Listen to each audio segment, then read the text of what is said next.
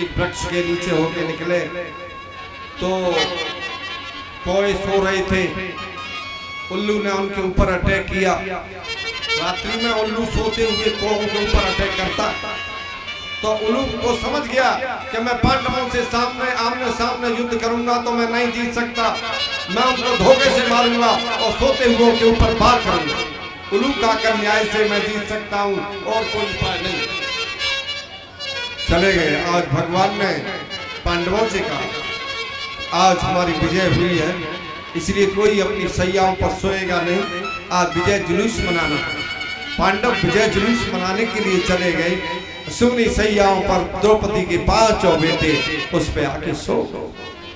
अंधेरी रात्रि में आया अश्वत्थामा और पांडव समझ के उनको सिरों को काट के बांध के और अपने मित्र दुर्योधन के पास आया। मित्र तुम एक अर्जुन की कह रहे थे, मैं 5 का सिर काट के ले आया। दुर्योधन बहुत खुश हुआ, लेकिन विचार किया कि कोई गाजर मूली है, पांडव कोई गाजर मूली है, ऐसे काट के कैसे ले आया, जरा दिखाओ। हाथों से टटोला, देखा अश्वत्थामा मेरा इनसे क्या बैर था, बच्चों से मेरा तो पांडवों से बैर था, हमारे पानी देने वाला भी कोई नहीं रहा, ये तो तुमने अच्छा नहीं किया। ऐसे ही दुख और सुख की बात उसने कही, फिर दुख विषाद में हो गया, अपने शरीर को तड़फलाते हुए और दुर्योधन ने त्याग कर दिया। अश्वत्थामा सोचने लगा कि अब पांडव मुझे नहीं छोड़ेंगे, मेरा जीवन कैसे रहेगा, मैंने बच्चों को मार दिया, अब मेरा पीछा करेंगे, मेरा जीवन अब खतरे में। अश्वत्थामा भागने लगा। द्रौपदी को मालूम पड़ा, अपने बेटों को जब देखा कि सिर कटा हुआ है, द्रौपदी छाती कूट के रोने लगी। मैंने किसी का क्या बिगाड़ा जो मेरे बेटों को समाप्त कर गया। जब बेटा मर जाता है तो उसकी व्यथा को मां ही जानती है, मातृत्व जो शक्ति होती है वो ही जानती है, और लोग कोई संसार का नहीं जानता, माता ही जानती है कि कैसा दुख होता है। अर्जुन ने आवाज सुनी, पांडव आए।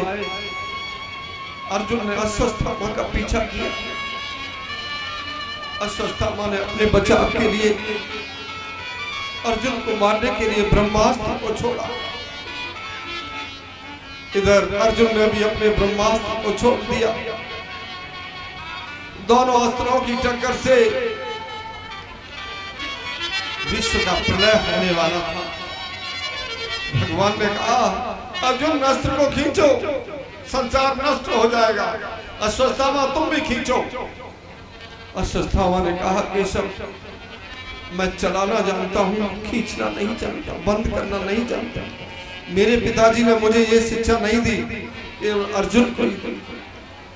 अर्जुन ने से भगवान ने आज्ञा दी, अर्जुन तुम दोनों शस्त्रों को खींच करके शांत करो। अर्जुन ने दोनों शस्त्रों को खींच करके शांत किया। अश्वत्थामा को पकड़ लिया, गले में रस्सी डाल दी, जैसे बैल को पशु को लाते हैं ऐसे उसको ला रहे हैं। मेरे भाई बहन, द्रौपदी कौन है? दया का रूप है द्रौपदी। अपनी सगी बहन जो सुभद्रा थी भगवान श्री कृष्ण की, उसको अपना नाम नहीं दिया, लेकिन द्रौपदी को अपना नाम दिया। कृष्णा नाम से पुकारते हैं, कृष्णा।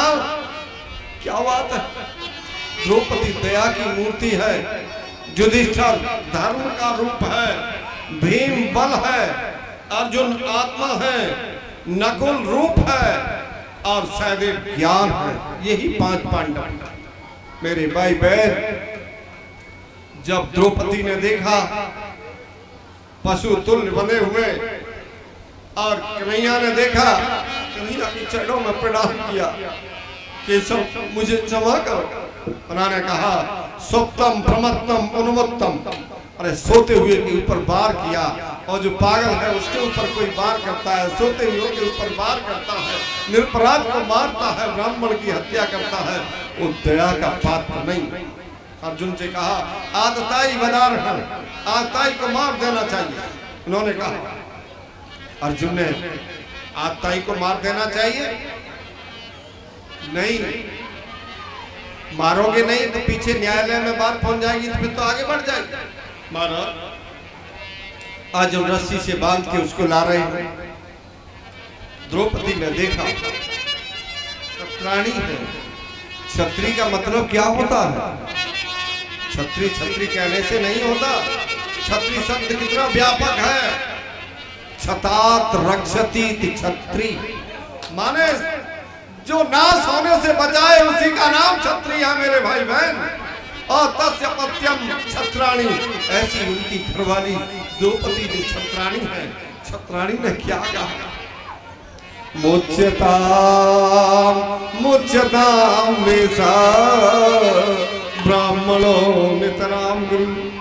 छोड़ दो, ऐसा कोई संसार में है जिसके 5 बेटों की हत्या कर दे और हत्यारे से कहेगा इसको छोड़ दो, इसको मुक्त कर दो, इसको मारो मत? कोई है ऐसा संसार में? कोई नहीं है। ये क्षत्राणी का हृदय था ऐसा। कितना हृदय था उसका, कितना बड़ा तगड़ा हृदय था। उसने अपने शत्रु को भी ये कह दिया कि माफ कर दो, इसको मारो मत। क्यों कहा? कि मैं जानती हूं गुरुजी नहीं रही, द्रोणाचार्य भी चले गए, इसकी माँ अकेली रह जाएगी और वो निराधार हो जाएगी।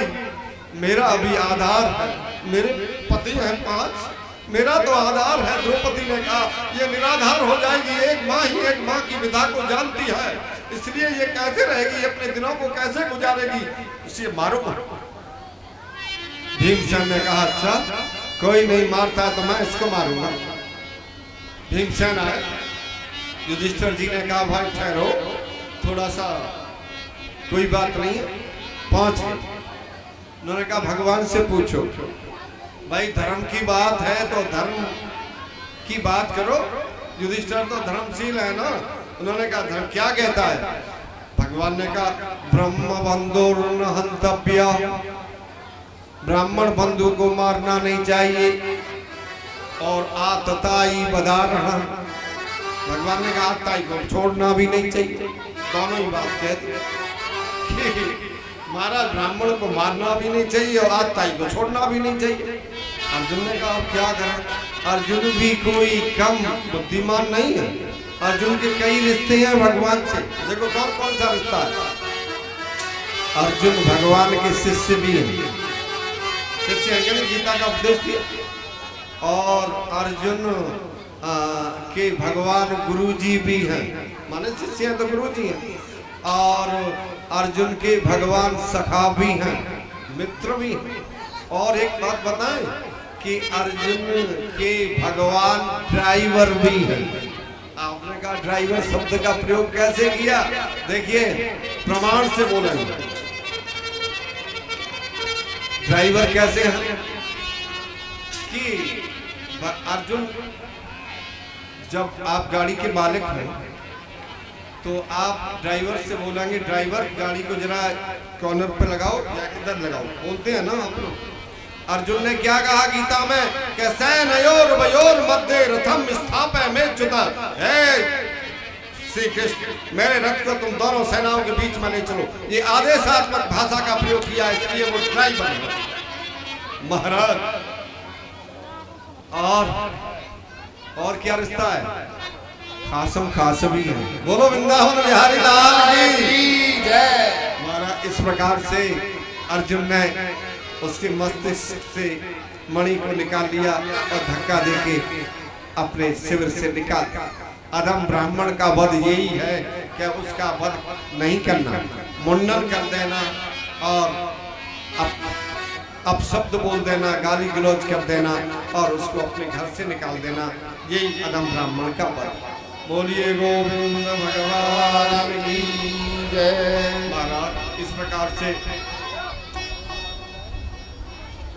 अश्वत्थामा तो चला गया, इधर मृत बालकों को जलदान करने के लिए गंगा जी के किनारे पर आए। कुंती, गांधारी सभी शोकाकुल है। श्री कृष्ण युधिष्ठिर को राज दिलवा के 3 अश्वमेध यज्ञ कराए। सात्विकी और उद्धव के साथ श्री कृष्ण और द्वारिका जाने की तैयारी करने लगे। उसी समय एक चीखती चिल्लाती बाल विधवा और भगवान के सामने आए। पाहि पाहि महायोगिन देव देव जगत्पते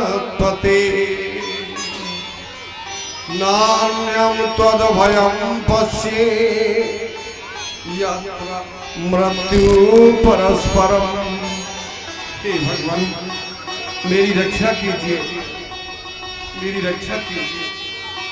ये दीप्यमान बाण मेरी ओर आ रहा है, मुझे भले ही भस्म कर दे, लेकिन मेरे गर्भ की रक्षा करो।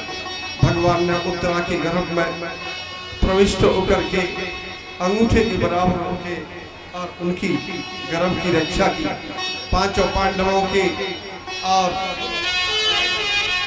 विलंब देख करके उनके बाणों के संधान में उनकी भी 5 रूप धारण करके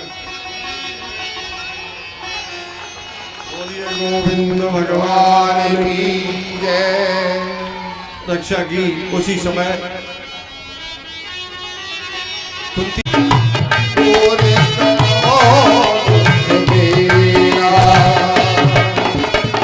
सुना है जो तेरे दर पे आवे, सुना है जो तेरे दर पे आए, उसके सब दुख ले जाए, उसके सब दुख ले जाए।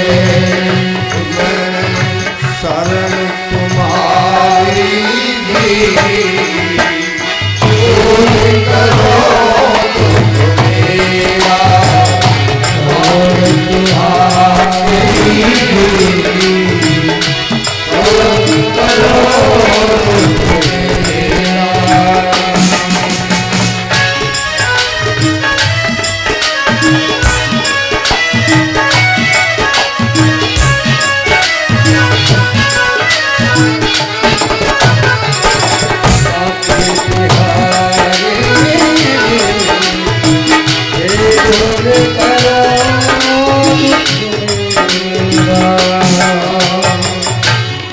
जन्म जन्म का मैं हूँ भटका, जन्म जन्म का मैं हूँ भटका, बिना आज कमर में अटका, आज कमर में अटका। पाल करो बनवारी जी, दूर करो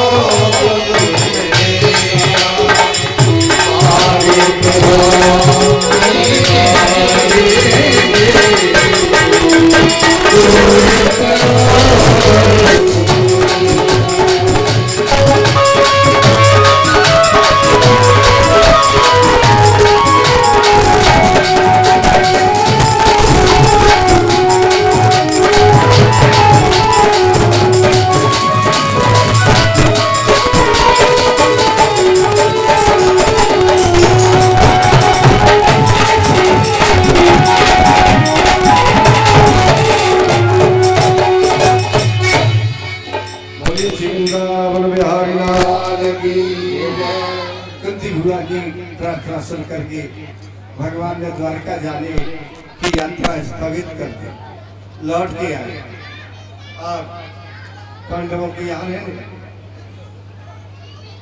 युधिष्ठिर जी की दशा को विलक्षण देखा। जैसे युद्ध जीतने से पहले अर्जुन को मोह हो गया था, उसी प्रकार से युधिष्ठिर जी को मोह हो गया। युधिष्ठिर जी जब राजगद्दी पर बैठे, भारत देश के सम्राट बने, उन्होंने कहा मैंने क्या किया, सब जितने भी जवान लोग थे सभी समाप्त हो गए, बालक वृद्ध और विधवाएं रह गई हैं। क्या मैं इनके ऊपर शासन करूंगा? मैं किसके ऊपर शासन करूंगा? और मैंने किसको मारा है? मैंने अपने लोगों को मारा, अपने लोगों को मार करके ही और मैं इस देश का सम्राट बना। मैं नहीं चाहता, मैं नहीं बैठना चाहता। मोह हो। भगवान श्री कृष्ण ने कहा युधिष्ठिर जी को मैं समझाया लेकिन उनकी समझ में नहीं आया। युधिष्ठिर जी श्री कृष्ण को छोटा मानते हैं अपने से उम्र। महाराज एक दिन युधिष्ठिर जी भगवान श्री कृष्ण के कक्ष में गए। भगवान श्री कृष्ण ध्यान कर रहे। जब आकर बोली, युधिष्ठिर जी ने पूछा कन्हैया सारा संसार तुम्हारा ध्यान करता है, तुम किसका ध्यान कर रहे हो? उन्होंने कहा आज कुरुक्षेत्र में सरसैया पर पड़े हुए भीष्म जी आर्त भाव से अब मेरा ध्यान कर रहे हैं। मैं उन्हीं की तरफ मेरा मन चला गया। युधिष्ठिर महान योद्धा, परम ज्ञानी, मेरे अनन्य भक्त, भीष्म की तुल्य धर्म का तत्व जानने वाला दूसरा संसार में कोई भी नहीं। तुम उनके पास जाकर के राजधर्म, मोक्ष धर्म, स्त्री धर्म और भागवत धर्म सभी धर्मों के बारे में आप पूछो, वो तुमको बताएंगे, तुम्हारी शंका का निवारण हो जाएगा। भगवान की आज्ञा मान करके युधिष्ठिर जी रथ में बैठ करके भीष्म पितामह के पास आए, जहां जैसे देवता अच्युत हो जाते हैं, अलग हो जाते हैं, ऐसी सरसैया पर पड़े हुए भीष्म जी महाराज वहां पड़े। इति भीता प्रजाद्रोहा सर्वधर्म विवत्सया ततो विनशनं प्रागः यत्र दैवाव्रतोपतः। महाराज प्रजा के नाश से भयभीत युधिष्ठिर सभी धर्मों को जानने की इच्छा से भीष्म जी के पास आए। भीष्म जी स्वर्ग से चुप देवताओं के समान सरसैया पर पड़े हुए हैं। पीछे से अर्जुन भी आए, भीमसेन भी आए, नकुल सहदेव भी आए, पांचाली भी आई, कृष्णा द्रौपदी भी आई। महाराज भगवान श्री कृष्ण भी रथ में विराजमान होकर के आए। भगवान श्री कृष्ण को देख करके भीष्म जी बहुत प्रसन्न हुए और उन्होंने कहा मेरी मृत्यु को उजागर करने के लिए आए और इस समय मेरा बड़ा अहोभाग्य है कि मेरे पास जी आए हैं कन्हैया। ठीक। युधिष्ठिर जी से कहा युधिष्ठिर किसी के साथ अन्याय मत करना, किसी के साथ अन्याय नहीं करना चाहिए। राजा का धर्म होता है या घर का जो मुखिया है या गांव का प्रधान सरपंच है, किसी के साथ अन्याय नहीं होना चाहिए। अगर कोई अन्याय करता है तो उसका प्रतिकार करना चाहिए। अगर प्रतिकार करने की क्षमता नहीं है तो वहां से चले आना चाहिए, आंखों से देखना भी नहीं चाहिए। द्रौपदी ने कहा, थोड़ी सी मुस्कुराई, हंसी आ गई। दादाजी ने पूछा बेटी तुम क्यों हंसी, क्या बात है? दादाजी कोई बात नहीं, मेरे को वैसे ही हंसी आ गई साधारण, आपको कष्ट देने का मेरा कोई मान नहीं बेटी, वैसे ही हंसी नहीं आती है। जो अच्छे कुल की बदुआ होती है वो बिना कारण की नहीं हंसती है, इसलिए कोई न कोई कारण तो है। तुम बताओ, नहीं तो मैं मर जाऊंगा, मेरा मरने का समय है और मेरे अंदर ये बात सुनी जाएगी कि मेरी पुत्र वधू, मेरे कुल की वधू, और जब मेरी मृत्यु हो रही थी तो मेरे सामने मुस्कुरा रही थी, हंस रही थी, उसका कारण क्या था? मैं इसको लेके अपने हृदय में चला जाऊंगा। बेटी तुम बताओ। दादाजी मैं बताऊं? वैसे बताना नहीं चाहती थी दादाजी, लेकिन आप पूछ रहे हैं तो मैं बताऊंगी। दादाजी, जब मैं एक वर्षा थी, दुशासन मुझे सीट के लाया भरी सभा में और जंगा पर हाथ ठोक रहा है कि आप बैठ मेरी जंगा पर। सारे लोग देख रहे थे, जैसे कीचड़ में गाय फंस जाती है तो न इधर हिल सकती है न इधर हिल सकती है। मैं कीचड़ में फंसी हुई गाय की तरह जैसे गुरूरी पक्षी चिल्लाता है ऐसे चिल्ला रही थी, मेरी सहायता करो, मेरी सहायता करो, मेरी सहायता करो। लेकिन किसी ने मेरी सहायता नहीं। मैं धर्मराज के पास गई। धर्मराज, तुम धर्म के तत्व को जानने वाले हो और मैं तुम्हारी अर्धांगिनी हूं, मैं तुम्हारी पत्नी हूं। पति का कर्तव्य होता है कि मेरी पत्नी की रक्षा करना, तो मेरी रक्षा करो, रक्षा करो। युधिष्ठिर जी ने कोई जवाब नहीं दिया। मैं भीमसेन के पास गई। तुम्हारी गदा की टक्कर से दिग्गज भी भाग जाते हैं, मेरी लाज बचाओ। भीमसेन ने भी नजर नीचे को कर ली। गांडीवधारी के पास गई। गांडीवधारी तो मत्स्यवेद करके मुझे लाए थे। तुम्हारे गांडीव की चारों तरफ प्रशंसा है कि आप मेरी लाज को नहीं बचाओगे। एक कमला रो रही है, एक आप 5 पति होते हुए भी, और मेरी इस तरह से लाज जा रही है। मेरा अपमान हो रहा है, नारी जाति का अपमान हो रहा है। क्या तुम नारी जाति का अपमान सहन करोगे? अर्जुन भी कुछ नहीं बोले। नकुल सहदेव ने कोई जवाब नहीं दिया। जब मैं राजा के पास गई, धर्मराज से कहा, राजन, हम तुम्हारी प्रजा भी और मैं तुम्हारे कुल की वधू, मेरी लाज जा रही है, मेरी ओर देखो, और पिताश्री मेरी ओर देखो। लेकिन पुत्र के मोह के कारण और धृतराष्ट्र ने कोई जवाब नहीं दिया।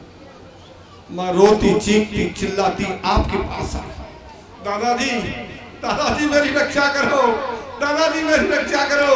दादाजी, उस समय आप चाहते थे तो युद्ध को किसी तरफ भी मोड़ सकते थे, लेकिन आपने भी कोई जवाब नहीं दिया।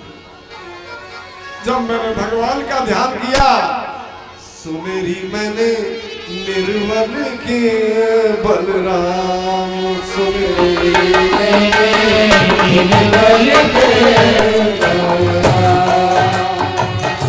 शासन की भुजा तक भई भसन रूप भैसा, सुमेरी मैंने निर्बल के बलराम, सुमेरी मैंने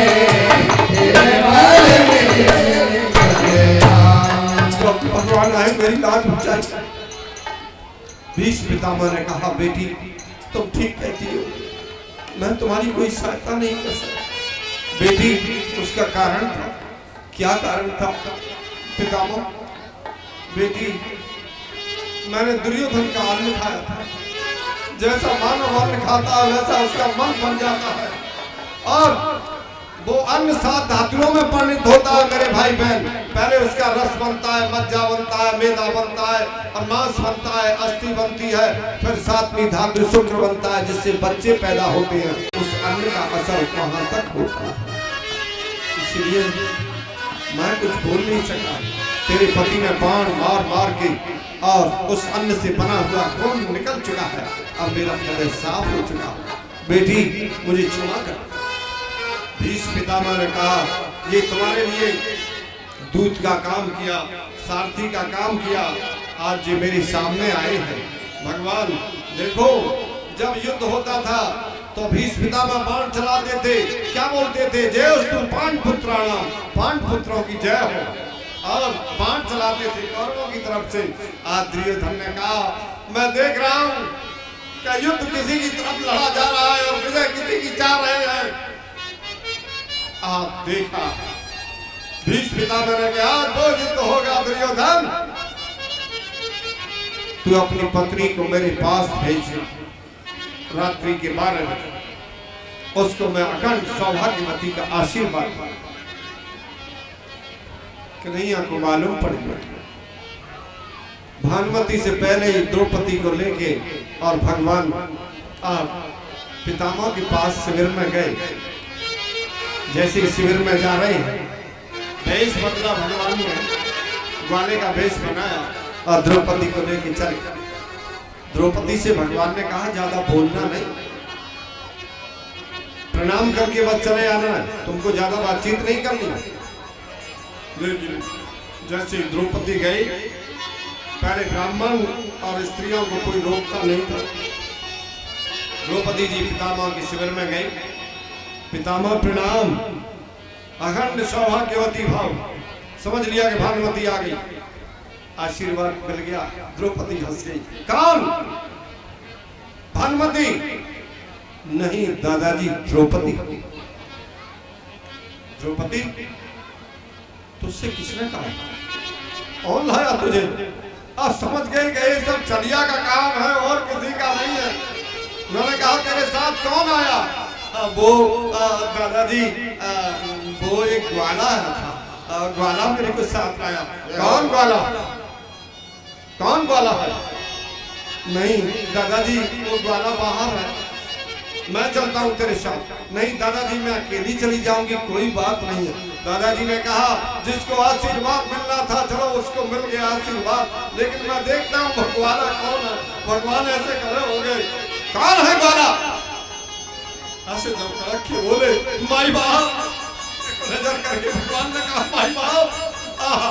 जब सिर से वो हटाया तो कहने लगे अरे काले तू क्या क्या करवाएगा अभी, और क्या करवाने वाले आया है?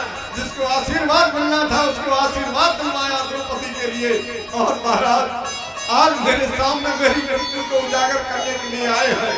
मैंने प्रतिज्ञा की थी कि आज हरि को मैं सत्य ग्रहण करवाऊंगा, लेकिन मेरी प्रतिज्ञा को तुमने रखा और अपनी प्रतिज्ञा को तुमने भुला दिया। ऐसा दयालु भगवान कौन होगा? अब तो वो कहे लगे कि देखो महाराज तुम मेरे सामने है और मैं तुम्हें कुछ देने वाला, क्या दोगे? लेकिन ऐसे नहीं, यावत अहम कलेवरम न हिनोमि तावत त्वं मां प्रतीक्षा। जब तक मैं अपने प्राणों को नहीं छोड़ूं तब तक तुम मेरे सामने खड़े रहो। क्या आज्ञा दी? मेरे सामने खड़े रहो। और ऐसे नहीं लटकाए हुए मुंह से मैं नहीं चाहता। प्रसन्न हासा ऋणलोचनोन्मुखम, मारे प्रसन्न चित्त से मेरे सामने खड़े हो जाओ, बस मैं यही चाहता। और स्वामी बस इतना ही करना कि भगवान का नाम लेता। उन्होंने कहा मैं कुछ देना चाहता हूँ तुम्हारे लिए। क्या देना चाहते हैं? रत्नाकर तव ग्रहम ग्रहणी च पद्मा। महाराज रत्नाकर तो तुम्हारा घर है, रत्नों का खजाना, आपके लिए हम क्या दे सकते हैं? वो ग्रहणी च पद्मा, और तुम्हारी घरवाली कौन है? लक्ष्मी। तो हम क्या दे सकते हैं? और किम देयवास्तु भवतो जगदीश्वराय, आपके घर में किसी वस्तु का अभाव ही नहीं है, हम क्या दे सकते हैं? आभीरवाम नैना कृतवानसाय दत्तम मनो में यदपते ग्रहण। महाराज मैं आपको एक भैंसा देना चाहता हूँ। उन्होंने कहा अच्छा। उन्होंने कहा भैंसा से हम क्या करेंगे? हमारे ब्रज में काफी गाय हैं, बैल हैं, हम भैंसा को लेके करेंगे भी क्या? इधर उधर देखा कि दादाजी तुम्हारे पास भैंसा तो है नहीं, कई बड़ा मरखना भैंसा है। कहते नहीं मरखना है, ये बड़ा दुर्दांत भैंसा है। अच्छा कैसा भैंसा है दादाजी? 1 सेकंड में ही थाईलैंड पहुंच जाएगा, 1 सेकंड में बॉम्बे दिल्ली सभी जगह घूम के आ जाएगा। उन्होंने कहा अच्छा कि कैसा भैंसा है? उन्होंने कहा महाराज इस मन रूपी भैंसा को आपके चरण रूपी खूंटा से बांधना चाहता हूँ। जब ये उससे स्थिर हो जाएगा तब जब ये कड़ा बन जाएगा तो कहीं जाएगा नहीं, मैं ये चाहता हूँ। भीष्म जी ने भगवान की स्तुति की और माघ शुक्ला एकादशी के दिन उन्होंने अपने शरीर का त्याग किया। जब सूर्य उत्तरायण हुए, उत्तरायण और दक्षिणायन का क्या मतलब है? जब सूर्य उत्तरायण होते हैं तो वैकुंठ का दरवाजा खुला रहता है, और दक्षिणायन सूर्य आ जाते हैं तो वैकुंठ का दरवाजा बंद हो जाता है। इसका मतलब क्या है? उत्तरायण सूर्य में देवताओं का दिन होते हैं और दक्षिणायन सूर्य में देवताओं की रात्रि होती है। इसलिए रात्रि में आप किसी के घर जाओगे तो आपको प्रतीक्षा करनी पड़ेगी ना, थोड़ी देर तो वेट करनी पड़ेगी ना। और आप दरवाजा खुलवाओगे तभी खोला जाएगा। इसलिए उत्तरायण में उन्होंने अपने शरीर को त्यागा और सबके देखते देखते और भीष्म जी के शरीर से एक ज्योति निकली और भगवान के शरीर में प्रविष्ट हो। बोलो गोविंद भगवान की जय। भीष्म पितामह के महाप्राण के समय आकाश में दुंदुभी बजने लगी और महाराज उन्होंने पांडवों ने युधिष्ठिर जी ने उनका दाह संस्कार किया। युधिष्ठिर जी हस्तिनापुर लौट आए और सबको सांत्वना देकर धृतराष्ट्र जी की आज्ञा से और शासन करने लगे। ये भीष्म जी महाराज भगवान के बहुत बड़े भक्त थे। एक भक्तमाल की हम कथा कहते हैं कि रघुनाथ जी का मंदिर था, तो केवट जाति के थे, वो रघुनाथ जी की पूजा करते थे। उनका नाम भोला पुजारी था, भोला उनका नाम था। वो पूजा करते थे तो उनका बेटा था, एक बेटे की शादी आई, विवाह हुआ तो पैसे की जरूरत पड़ी। पैसे की जरूरत पड़ी तो किसी श्रेष्ठी महानुभाव के पास गए। सेठ जी के सेठ जी मेरे बेटे का विवाह है, आप ब्याज पर मुझे पैसा दे दीजिए। सेठ जी ने कहा ले जाओ। पैसा ले आए, शादी हो गई। कहते हैं ना कि बहू दान लेकर के नहीं बल्कि भाग्य लेकर के आए। सो बहू जी का पैर ऐसा पड़ा कि महाराज उस केवट जो भोला था उसके लड़के की नौकरी लग गई, पोस्ट ऑफिस नौकरी लग गई पोस्ट ऑफिस में। और थोड़े दिनों में पैसा कमा के वापस सेठ जी का रिटर्न भी कर दिया, माने पैसा वापस दे दिया। अब सेठ जी ने एक दिन विचार किया, इस पर और हमारे पैसे होते तो ब्याज आती हमारे लिए, इसलिए ये ठीक नहीं है, चलो इससे दोबारा पैसे मांगे। ऐसे बेईमान आपको बहुत मिल जाएंगे जो आपके पैसे को लेकर के फिर नहीं दें। क्या मैंने कब लिया तुमसे? मना कर देंगे। लेकिन मैं तुमसे पैसे लाया और तुम्हारा ब्याज से हिसाब करके आया, फिर आप दोबारा मांगने आ जाए, ऐसे बेईमान बहुत कम होते हैं। लेकिन वो बेईमानी करने लगा, मांगने गरीब पर मांगने आया। बोला भोला तुमने जो पैसे लिए थे वो वापस नहीं किए, हमारे पैसे वापस करो। भोला पुजारी ने कहा महाराज मैंने तो आपको पैसा दे दिया, ब्याज के सहित दे दिया, अब दोबारा मेरे से काहे को मांगते हो? मैं कहां से लाऊंगा, गरीब आदमी। नहीं, भोला कान खोल के सुन लो, अगर तुम कल तक मेरे पास पैसा जमा नहीं किया तो तुम्हारे खिलाफ अभियोग दायर कर दूंगा, माने मुकदमा दायर कर दूंगा। और परसों कल पैसा आ जाना चाहिए। बेचारा पुजारी घबरा गया कि अब क्या हो, अब मैं क्या करूं क्या नहीं करूं। अब विचार किया मैं एक बार तो जाने कैसे कैसे दिया और दोबारा कहां से लाऊंगा, मैं नहीं देता। मन में संकल्प कर लिया कि अब नहीं जाऊंगा, जो रघुनाथ जी करेंगे सो होगा। उसने मुकदमा ठोक दिया, मुकदमा ठोक दिया। चपरासी कागज लेकर के आया और गांव में पुजारी जी के पास आया। भोला नाम था, भोला ने साइन कर दिया। भोला की पेशी पड़ी जज साहब के सामने। भोला सेठ जी का पैसा तुमने नहीं दिया, क्या कहते मीलॉर्ड, माने महाराज मैंने तो पैसा दे दिया, मैंने पैसा दे दिया सरकार, ब्याज के सहित दे दिया। जज साहब ने कहा भोला अदालत ऐसे नहीं मानती, तुम्हारा कोई गवाही है? किसके सामने तुमने पैसा दिया? तुम्हारा कोई साक्षी है? गरीबों की गवाही देने वाला कौन होता है भाई? संसार में कोई भी नहीं है। एकदम उसकी आह मिली और भगवान को पुकारने लगा रघुनाथ।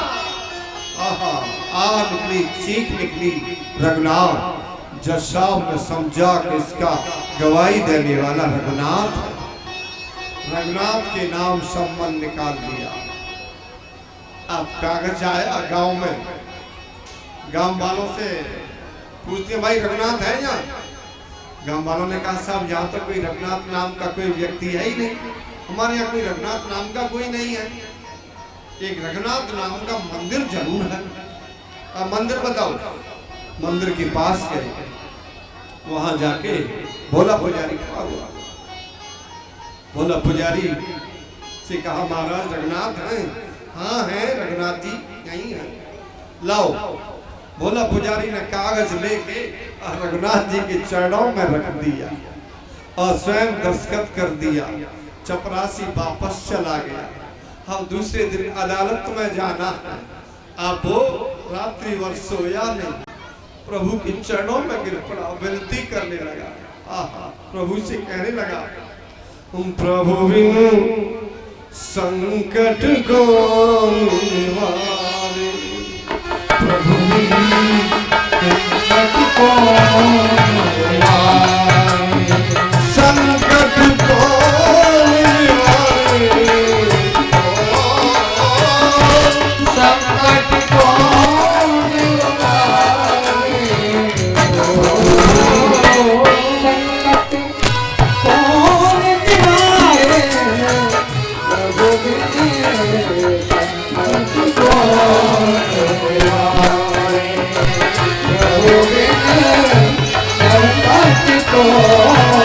निवारे।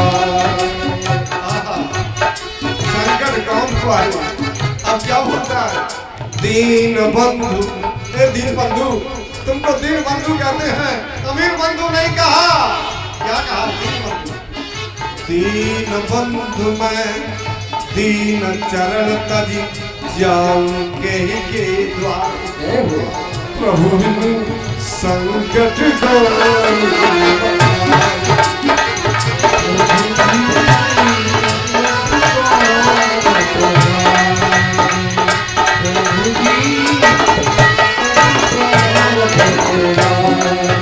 न्याय नीति संपत्ति के हित हाकिम हुक्म विचार, न्याय नीति संपत्ति के हित हाकिम हुक्म विचार, या अनाथ की लाज आज रघुनाथ जुहार तुम्हारे, प्रभु संकट को निवारे, प्रभु संकट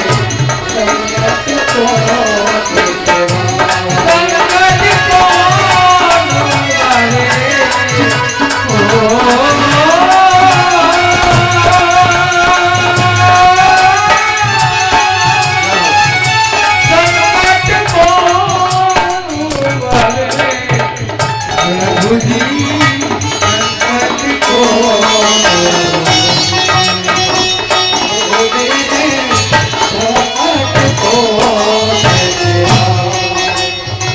बोलो रघुनाथ जी महाराज की जय हो। बोला पुजारी सोया। आज कहने लगा, आपको अदालत में जाना है, पगड़ी बांध के जाना, धूप नहीं लग जाए।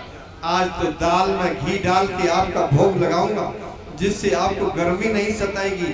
और तिलक लगा के जाना, छड़ी लेके भी जाना, कोई कुत्ता बिल्ली कोई नहीं मिल जाए रास्ते में। और चंदन लगाऊंगा, पगड़ी बांधूंगा। ऐसे भगवान का अच्छा श्रृंगार किया और श्रृंगार करके और दोपहर की जो पूजा आरती होती है, भोग लगाया, आरती की, मंदिर को बंद किया। और भोला पुजारी बोला, मैं तो अदालत के लिए चल रहा हूं, अब पीछे से तुम आ जाओ। भोला पुजारी आज चला गया। आज भोला की आवाज नहीं लगाई जाती। तो चपरासी होता है, वो 3 बार आवाज देता, आपने देखा होगा। आज रघुनाथ की आवाज लग रही है। चपरासी कैसे आवाज लगाता है? आहा, जो शाम में रघुनाथ की पेशी है, बनाओ। रघुनाथ हाजिर है, रघुनाथ हाजिर है, हाजिर है, ऐसे 3 नारे जो लगाए। क्या हुआ? चाल लपटी सी, एक वृद्ध की झुकी सी देह और दुपट्टी फटी सी शीस माथे धर आई, हाथ माई छड़ी पड़ी तुलसी की ही माल, माथे पर रोरी 4 चंदन लगाए, साहब के सामने विनीत चपरासी साथ आज रघुनाथ जू गवाह आए हैं। गवाही देने के लिए आ गए, मेरे भगवान आ गए। और जज साहब पूछते हैं, रघुनाथ, हाँ सरकार, सेठ जी ने पैसा दे दिया? हाँ, मेरे सामने ब्याज सहित पैसा दे दिया। जज साहब ने फैसला भोला के फेवर में कर दिया। जैसे ऊपर को नजर उठाई तो रघुनाथ अंतर ध्यान। भोला से पूछा, भोला वो तुम्हारे वो कहाँ गए गवाही देने वाला? वो तो चले गए। भोला रोने लगा। उन्होंने कहा, भगवान आए थे। जज साहब पागल हो गए। जज साहब पागल हो गए। जज साहब इधर उधर भागने लगे। लोगों ने कहा, जज साहब आप ऐसे पागल की तरह क्यों भाग रहे हो? अरे आपका तो बड़ा सौभाग्य है कि आपकी अदालत में भगवान आए हैं, तो आपके लिए तो बहुत अच्छा है। और किसी की अदालत में नहीं आए, आपकी अदालत में ही आए हैं। नहीं, मेरे को दुख एक बात का। क्या दुख? शिव सारद शेष गणेश के नहीं ध्यान में आते रहे, वह आज विनीत अदालत में किबटा के गवाह कहते रहे। सुख भोगे तरस दिए को भयो, दुख नाही जो जाते रहे। कुर्सी पे बना जज बैठा रहा, रघुनाथ खड़े समझाते। मैं कुर्सी पर जज बैठा रहा और रघुनाथ जी मेरे सामने खड़े रहे। बस इसका दुख है। इस्तीफा लिख दिया और उन्होंने कहा, आज रघुनाथ ही आए हैं तो मैं नहीं रहूंगा। और आ गए मुरलिया वाले के पास और वहां आए। कहाँ आए? सीधा वृंदावन आए और बांके बिहारी के चरणों की धूल लेकर के और महाराज कहने लगे। और बांके बिहारी से बोले, कन्हैया तुम ही हो मेरे सब कुछ, तुम ही हो। बांके बिहारी के चरण धूली लेके भक्तों की अपने मस्तक पर लगाते थे। जज साहब, दे दे थोड़ा प्यार कन्हैया, क्या तेरा घट जाएगा?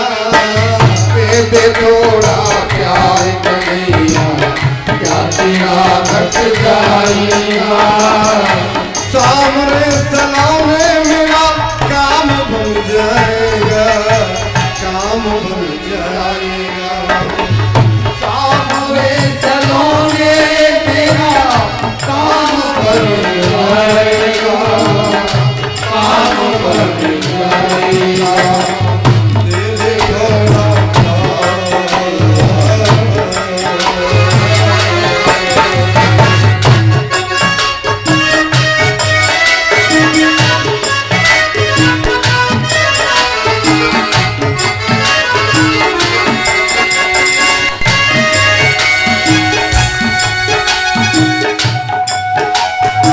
थोड़ा प्यार करूं, क्या तेरा घट जाएगा? दे दे थोड़ा प्यार,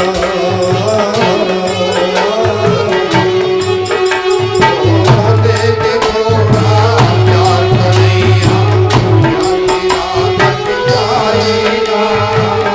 दे दे थोड़ा बोलिए श्री राम बिहारी लाल की जय। भीष्म जी का महाप्राण हो गया। युधिष्ठिर जी का राज्याभिषेक हुआ। श्री कृष्ण भगवान द्वारका के लिए गमन करने लगे। महाराज सबसे मिले और द्वारका में गए। अपना वियोग जन्य शंख बजाया, योग को दूर करने वाला, और सभी लोग मिलने के लिए आए। माता पिता के महल में गए, फिर अपनी पत्नियों के महल में चले गए। बोलिए गोविंद भगवान की जय हो। महाराज, अब विदुर जी महाराज विदुरा तीर्थ यात्राया मैत्रेयादात्मनोगति। विदुर जी तीर्थ यात्रा करने के लिए चले गए। क्यों चले गए? कि विदुर जी ने धृतराष्ट्र से कहा कि भ्राताश्री राजन, पांडवों के साथ किसी प्रकार का अन्याय मत करो। विष की बेल पर अमृत का फल नहीं लगता है, इसलिए तुम पांडवों के साथ अन्याय करना बंद करो। दुर्योधन ने सुन लिया, शकुनी मामा ने इशारा कर दिया दुर्योधन से। दुर्योधन अब शब्द बोला, दासीपुत्र, हमारा इस दिए हुए टुकड़े खाता है और हमारे पिताजी को हमारे विपरीत भड़काता है। आज से तुम जो प्रधानमंत्री की कुर्सी है उस पर नहीं बैठोगे, हटो, तुमको बर्खास्त किया जाता है। हटा दिया, पद से च्युत कर दिया। आप दीर्घा में बैठे हुए भगवान श्री कृष्ण दूत बन के आए और संधि का प्रस्ताव लेकर के आए पांडवों को। महाराज धृतराष्ट्र से कहा, राजन, आप पांडवों के लिए 5 गांव दे दीजिए। दुर्योधन ने कहा, नहीं, सूची अग्रे निदातभ्यम बिना युद्धेन केशव, बिना सुई की नोक के बराबर भी बिना युद्ध के मैं नहीं दूंगा। उन्होंने कहा, इशारा किया शकुनी मामा ने नारायणी सेनायन के पास, जरा इनसे उस भाषा में बात करो। कोई बात नहीं कि सब जो कहोगे आप बड़े लोग कहेंगे वैसा ही हो जाएगा। आपके लिए भोजन बनाया है, आप भोजन कर लीजिए और 56 प्रकार के व्यंजन बने हैं आपका। ठीक। भगवान बोले, दुर्योधन, भोजन 2 अवस्थाओं में होता है, या तो भूख लगी हो तो खाना ही पड़ेगा।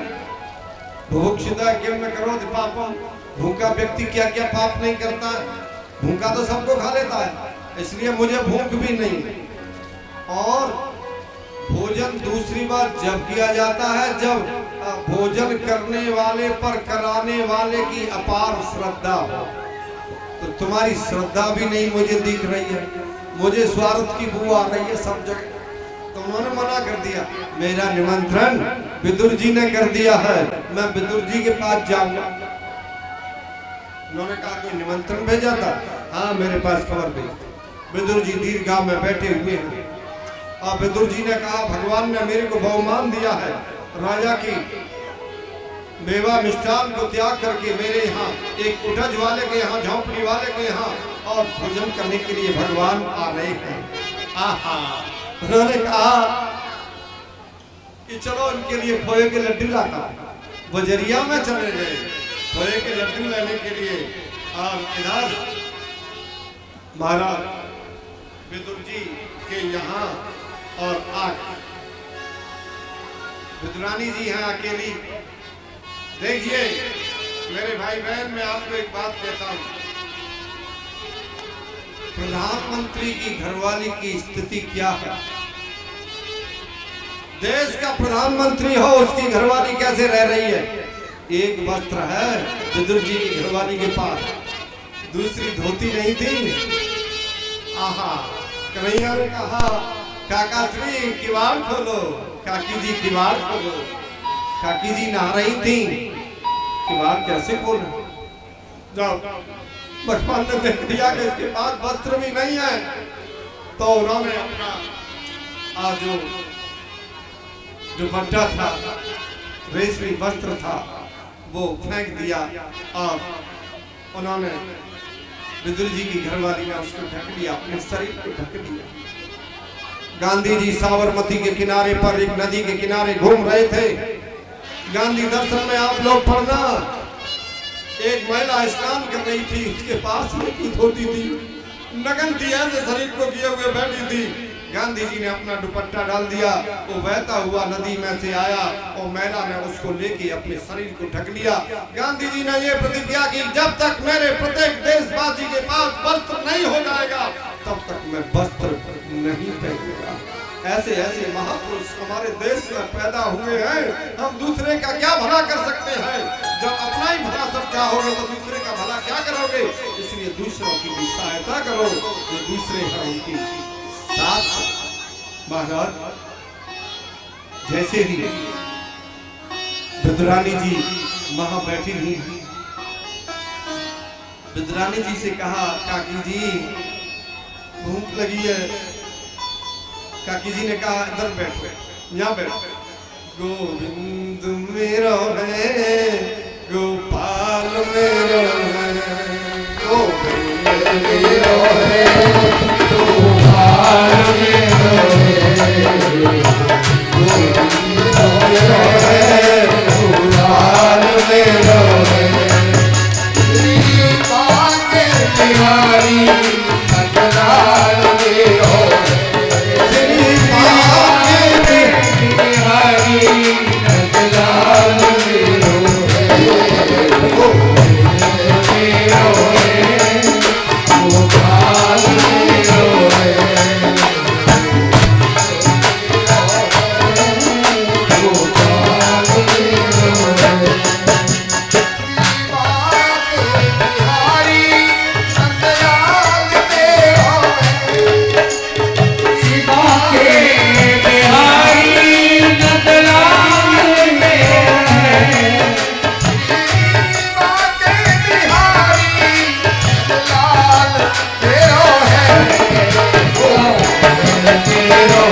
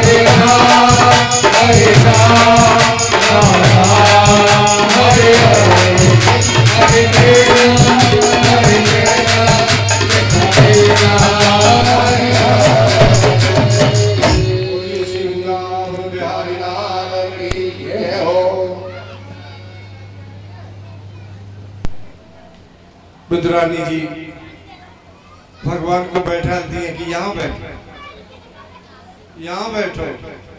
कभी इधर ले जाती हैं, कभी उधर ले जाती हैं, लेकिन प्रेमावेश में आके कहीं बैठा नहीं सकती। प्रधानमंत्री की घरवाली एक वस्त्रा है।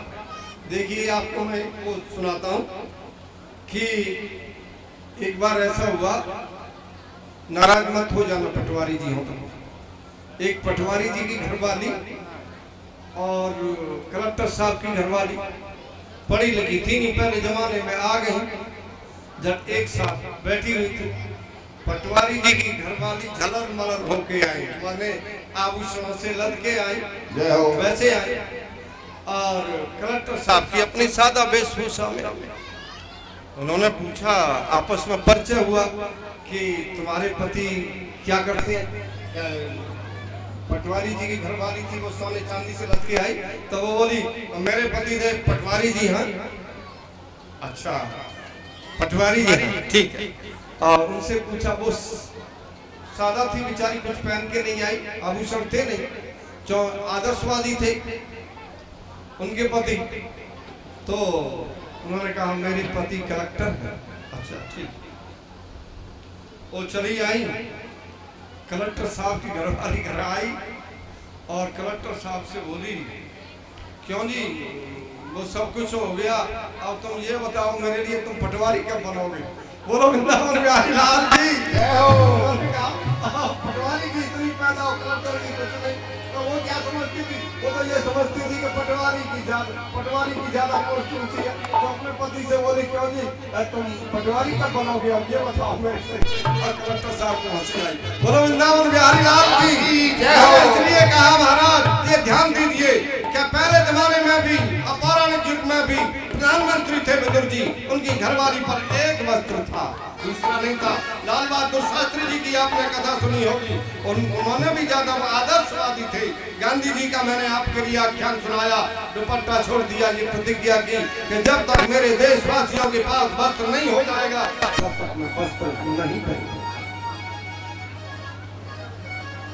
विदुर जी आ गए। विदुर जी ने देखा कि ये तो छिलका खिला रही है, भगवान 20-25 छिलका खा गए। उन्होंने कहा ये खोए के लड्डू लाया हूँ, मुझे खोए के लड्डू खाओ। उन्होंने कहा छिलका दीने श्याम का भूली तन मन ज्ञान, खाए पे क्यों आपने भूल गए क्यों माँ? अरे आपके लिए छिलका दिए, आप अपने मान सम्मान को क्यों भूल गए? ये तो पागल है। आपने ये छिलके क्यों खाए? ये खोए के लड्डू खाओ। खोए के लड्डू खिलाए, आप खाओ। भगवान बोले विदुर जी जो छिलकों में आनंद आ रहा था वो तुम्हारे खोए के लड्डू में आनंद नहीं आया। कि क्यों? निर्मल जन मन सो मोहि पावै, निर्मल जन मन सो मोहि पावै, मोहि पावै सो मोहि पावै, निर्मल जन मन सो मोहि पावै, मोहि कपट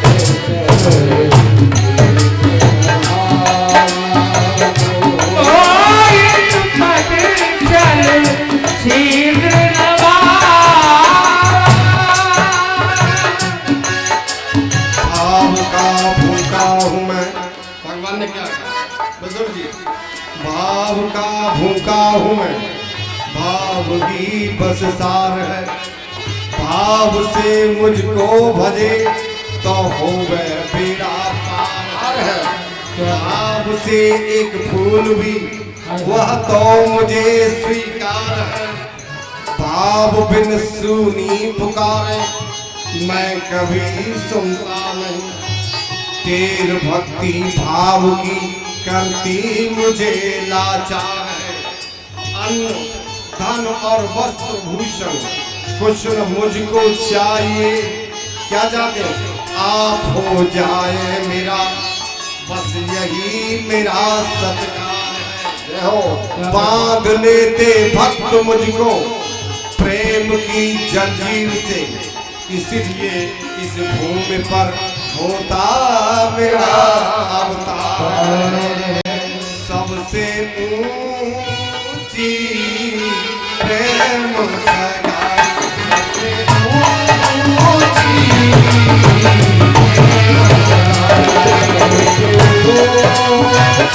ऊंची सबसे ऊंची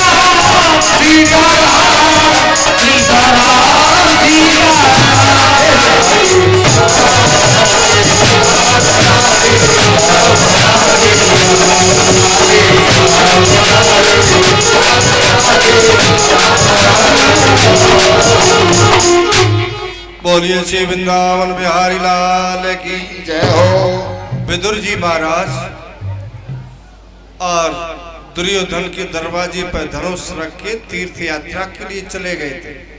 तीर्थ यात्रा से लौट के आए तो पांडवों को बड़ा सुख हुआ। उन्होंने कहा चाचा जी आप हमें छोड़ के चले गए, आपने बड़ी बड़ी आपत्तियों से हमको बचाया, आप ये बताओ आपने किन किन तीर्थों का सेवन किया और कौन कौन से तीर्थ में गए। महाराज चाचा जी आपको तीर्थ क्या पवित्र करेंगे, आप तो स्वयं तीर्थों को ही पवित्र करते हैं। ऐसे विदुर जी महाराज ये साधारण मानव नहीं थे, साक्षात यमराज के अवतार थे। एक दिन मांडव ऋषि बैठे हुए थे, एक राजा ने चोर को सूली की सजा दी, आदेश दे दिया चोर को सूली पर चढ़ा दिया। लेकिन अंधेरी रात्रि का फायदा उठा करके चोर भाग गया। अनुचरों ने सोचा कि राजा इसकी डेड बॉडी मांगेंगे तो हम कहां से देंगे, तो इसलिए उन्होंने कहा किसी को लाओ पकड़ के उसको खोज के लाओ। वो तो मिला नहीं, आज मांडव ऋषि मिल गए। मांडव ऋषि को पकड़ के ले आए, सूली पर चढ़ा दी। 3 दिन तक ये चढ़े रहे, लेकिन सूली एक गुदा में लगाई जाती और एक सिंह की नोक के बराबर भी बस इतना ही प्रवेश कर पाए। 3 दिन खड़े, राजा को आश्चर्य हुआ। राजा ने कहा कोई संत महात्मा है। राजा ने सूली से उतरवाया, उनसे क्षमा मांगी, महाराज हमारे अपराध को क्षमा करो, हमारे अनुचरों ने गलती से आपको सूली पर चढ़ा दिया, आप हमारे को माफ करो। उन्होंने कहा राजन तुम्हारा कोई दोष नहीं है। सीधे यमराज के पास गए। यमराज से कहा यमराज मैंने ऐसा कौन सा पाप किया है जिसके कारण मुझे सूली की सजा हुई। उन्होंने कहा महाराज चित्रगुप्त को बुलाया गया। चित्रगुप्त का मतलब जानते हो, गुप्त चित्र जो हमारी गुप्त रील बन रही है, और उसको दिखाया कि आपकी अवस्था जब 3 वर्ष की थी तब आपने एक कीड़े में कांटा लगा दिया था, उसी के कारण भी आपको सूली की सजा हुई। मांडव ऋषि ने कहा यमराज 3 वर्ष का बालक अपराध की श्रेणी में नहीं आता है, तुमने मुझको क्यों ये ऐसा दंड दिया। जाओ मैं तुम्हारे लिए साफ देता हूँ, क्या तुम 100 वर्ष तक भूतल पे जाओ और दासी पुत्र होकर के जीवन ग्रहण करो। सो वो ही विदुर जी के रूप में आज साक्षात यमराज है, साधारण मानव में। विदुर जी जब आए तो अपने भाई के पास गए। सबसे पहले धृतराष्ट्र से कहा आपका मृत्यु भय उपस्थित होने वाला है। संसार में जिसकी कोई भी प्रतिक्रिया नहीं है, जो आया है सबको जाना है, इसलिए जिन पांडवों को तुमने जलाया लाक्षा भवन में जलाने का उपक्रम रचा और शीशेदार महल में, और आप मसहरीदार पलंग पर आराम कर रहे, 20 भरे लड्डू खिलाए, जहर के लड्डू खिलाए थे, पांडवों के लिए खिलाने जा रहे थे, मीठे लड्डू खा रहे। तुम्हारे अपकार का बदला अब वो उपकार से चुका नहीं। महाराज इसलिए तुम्हारा समय आने वाला है, तुम भगवान का भजन करो, चले जाओ। महाराज विदुर जी का उपदेश से और धृतराष्ट्र के हृदय में बोध हुआ। रात्रि में उठ करके और उत्तर दिशा की ओर, हिमालय की ओर उन्होंने गमन किया। उनकी पत्नी भी पीछे चली गई गांधारी, और ऋषियों के आश्रम में जाकर के महाराज रहने लगे। जब रहने लगी, प्रातःकाल युधिष्ठिर जी माता पिता के दर्शन करने के लिए आए। माता पिता महल में नहीं। अब महाराज उन्होंने संजय से पूछा, संजय हमारे नेत्रहीन माता पिता कहाँ चले गए? क्या कारण है? क्या मेरे कारण कहीं गंगा जी में डूब के तो नहीं मर गए? वो ये सोचते हो कि ये अभागा मेरे 100 पुत्रों को खा करके और ये राजगद्दी पर बैठा है, ऐसा सोच करके कहीं उन्होंने अपने प्राणों की आहुति तो नहीं दे दी? संजय तुम बताओ। संजय ने कहा, मैं इस समय बताने की स्थिति में नहीं।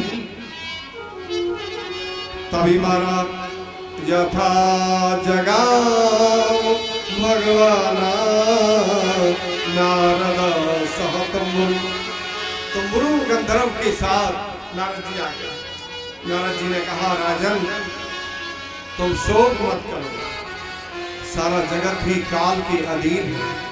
जो स्वयं काल के अधीन है वो दूसरों की रक्षा क्या कर सकता है? कर सकता है? कोई नहीं कर सकता। मेरे बिना वे कैसे रहेंगे? ये चिंता छोड़ दो। वो ऋषियों के आश्रम में रह रहे हैं। आज से 5वें दिन वो अपने शरीर का त्याग कर देंगे और भगवान के धाम चले जाएंगे। तुम उनके रास्ते में विघ्न कारक मत हो। युधिष्ठिर जी को सांत्वना दी और नारद जी समझा के उनको चले गए। नारद जी कहकर देवलोक चले गए। युधिष्ठिर जी ने अशोक का परित्याग किया और राज्य का पालन करने लगे। राजा युधिष्ठिर ने और अपने परिवार का कुशल समाचार लेने के लिए अर्जुन को द्वारका भेजा। 7 महीना बीत गए लेकिन द्वारका से लौट के नहीं आया। युधिष्ठिर जी को चिंता होने लगी कि क्या कारण है, अभी लौट के कैसे नहीं आया। उन्होंने एक दिन भाई भीमसेन को अपने पास बुलाया। भैया भीमसेन, काल की गति भयंकर मालूम पड़ती है। देखो भैया, कुत्ता हमारे सामने मुंह करके रो रहा है, धूल भरी आंधी चल रही है, निरंतर वज्रपात हो रहा है, वर्षा नहीं होती है, असमय में बाढ़ आ रही है, देव प्रतिमाओं में पसीना टपक रहा है, देव प्रतिमाएं ऐसे लगती हैं कि एक स्थान से दूसरे स्थान पर गिर पड़ी है। ऐसा भयंकर दृश्य दिखाई देता है भैया, कहीं ऐसा नहीं हो देव प्रतिमाएं रोती सी मालूम पड़ रही हैं, कहीं ऐसा नहीं हो भगवान इस धराधाम को छोड़ के चले गए हो। महाराज क्या कहूँ, चारों तरफ भयंकर दृश्य दिखाई दे रहा है।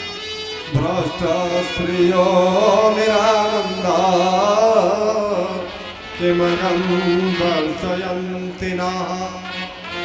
क्या करूं, कहीं पृथ्वी भगवान के चरणों से विहीन तो नहीं हो।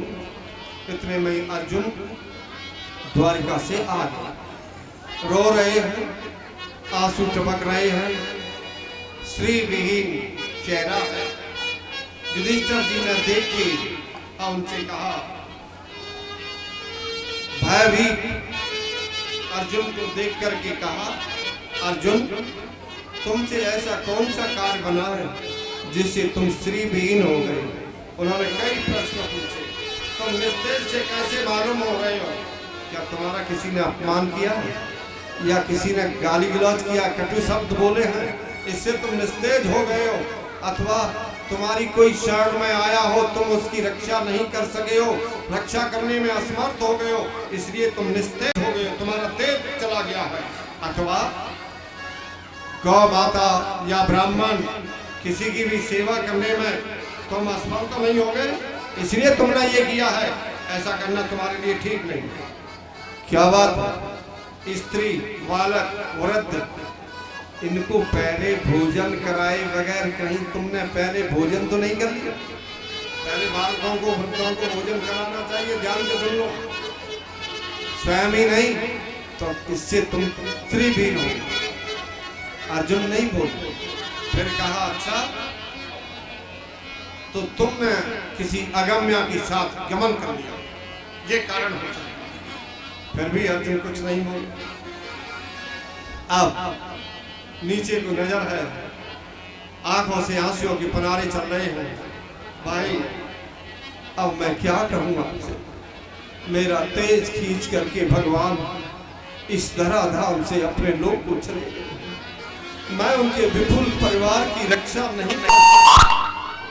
बदकों ने मुझसे लूट लिया, उनकी स्त्रियों को भी लूट लिया। मैं निस्तेज हो गया। वही गांडीव है, वही अर्जुन है। बिना शक्ति के शक्तिमान कुछ भी नहीं कर सकता। जब शक्ति चली जाती है तो शक्तिमान का क्या बनता है। इसलिए शक्ति चली गई और मैं निस्तेज हो गया। या संत्रया रोने लगे। अर्जुन कहने लगे भैया या संत्रया द्रुपद गेहमुपागतानां राज्ञां स्वयं मरमुखे स्मरदातुदानां तेजो घृतं खलु मया विहतस्य मत्स्या सज्जीकृते न धनुषाधिगता च कृष्णः। ओहो, जिन भगवान के आश्रय से मैंने और मत्स्य वेद करके द्रौपदी को लाया, जिन भगवान के प्रभाव से अजय जरासंध को मेरे भाई भीमसेन ने मृत्यु की घाट लाक्षा भवन से जलने से हमको बचाया, जहर के लड्डुओं से हमको बचाया, जंगल में हिडम्ब इत्यादि दैत्यों से और हमारी रक्षा की। दुर्वासा ऋषि के सांप से भी बचाया। दुर्वासा ऋषि के सांप से कैसे बचाया? दुर्वासा ऋषि 10,000 शिष्यों के साथ दुर्योधन के यहाँ गए। दुर्योधन ने 6 महीने तक और उनकी सेवा की 6 महीने तक। जब 6 महीने पूरे हो गए तो अब दुर्वासा जी ने कहा दुर्योधन हम तुम्हारे ऊपर प्रसन्न हैं, तुम वरदान मांगो। दुर्योधन चाहता था कि पांडवों का नाश, ऊंच निवास नीच कर तू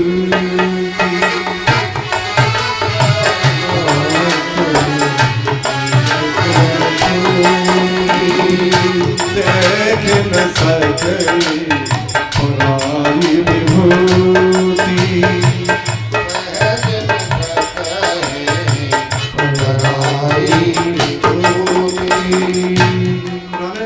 दुर्योधन ने क्या वरदान मांगा कि जैसे 10,000 शिष्यों के साथ मैंने आपका अति सत्कार किया है, उसी प्रकार मेरे भाई पांडव जंगल में रहते हैं, तो मेरे पांडवों के पास जाओ, उनसे भी अपना अति सत्कार करवाओ। बस मैं ये चाहता हूं। दोपहर के समय गए, पात्र को मांझ के रख दिया, उसमें खिलाने पिलाने का कोई साधन ही नहीं था। युधिष्ठिर जी के पास दुर्वासा जी गए। युधिष्ठिर जी ने प्रणाम किया, आइए महाराज, स्वागतम स्वागतम, आइए। दुर्वासा जी ने कहा हमारे 10,000 शिष्य हैं, हम भूखे हैं, भोजन का प्रबंध करो। मध्याह्न कालीन संध्या वंदन करके अभी हम आते हैं, हमारे लिए भोजन तैयार होना चाहिए। युधिष्ठिर जी ने कहा महाराज ठीक है। वो तो स्नान करने के लिए चले गए, संध्या वंदन के लिए। ऋषि 10,000 शिष्यों के साथ 5 पांडव आए। उन्होंने कहा दुर्वासा जी आए हैं और भोजन का प्रबंध करना है। पंचाली को बुलाया, द्रौपदी जी को। द्रौपदी जी आई, उन्होंने कहा भोजन का इंतजाम करना है। पात्र को देखा तो उसमें कुछ नहीं। अब द्रौपदी सोचने लगी कि अब क्या करें। क्या बोली, हे गोविंद, महाभारत का श्लोक है, गोविंदम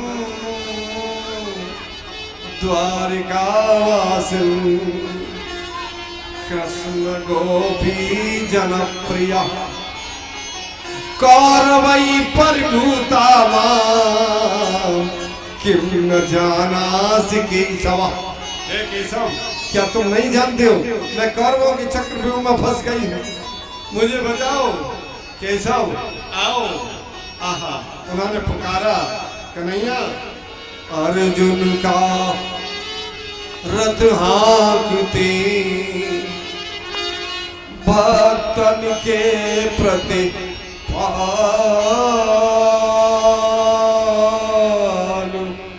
मेरी ओर निहारियो श्री गीता गोपाल। हे गोपाल, तुम मेरी ओर आओ, आ जाओ मेरे गोपाल, मेरे पास आ जाओ। आप भोजन की इच्छा है। आहा, श्री मुख के चंचल चार चको मेरी ओर निहारियो श्री नागर नंद किशोर। आ जाओ गोविंद मेरे आजा, गोपाल मेरे आजा, गोपाल मेरे आजा, गोविंद मेरे आजा, गोपाल मेरे आजा, गोविंद मेरे आजा, गोपाल मेरे आजा, गोविंद मेरे आजा, गोपाल मेरे आजा, गोविंद मेरे आजा, गोपाल मेरे आजा, गोविंद मेरे आजा, गोपाल मेरे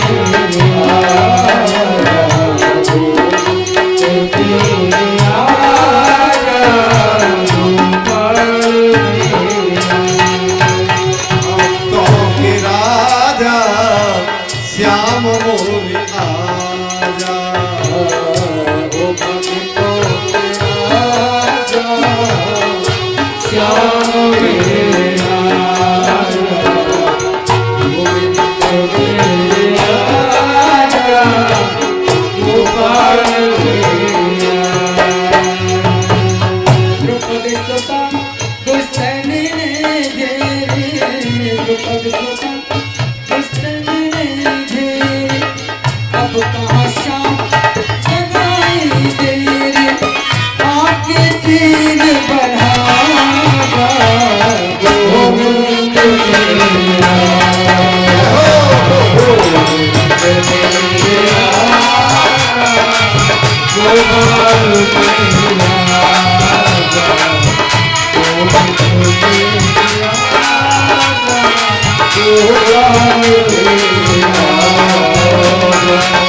जंगल में आए दुर्वासा, जंगल में आए दुर्वासा, जंगल में आए दुर्वासा, जंगल में आए दुर्वासा, भोजन की नाई कोई आशा, भोजन की नाई कोई आशा, अरे उनको तृप्त करा जा, गोविंद मेरे आजा, गोविंद मेरे आजा,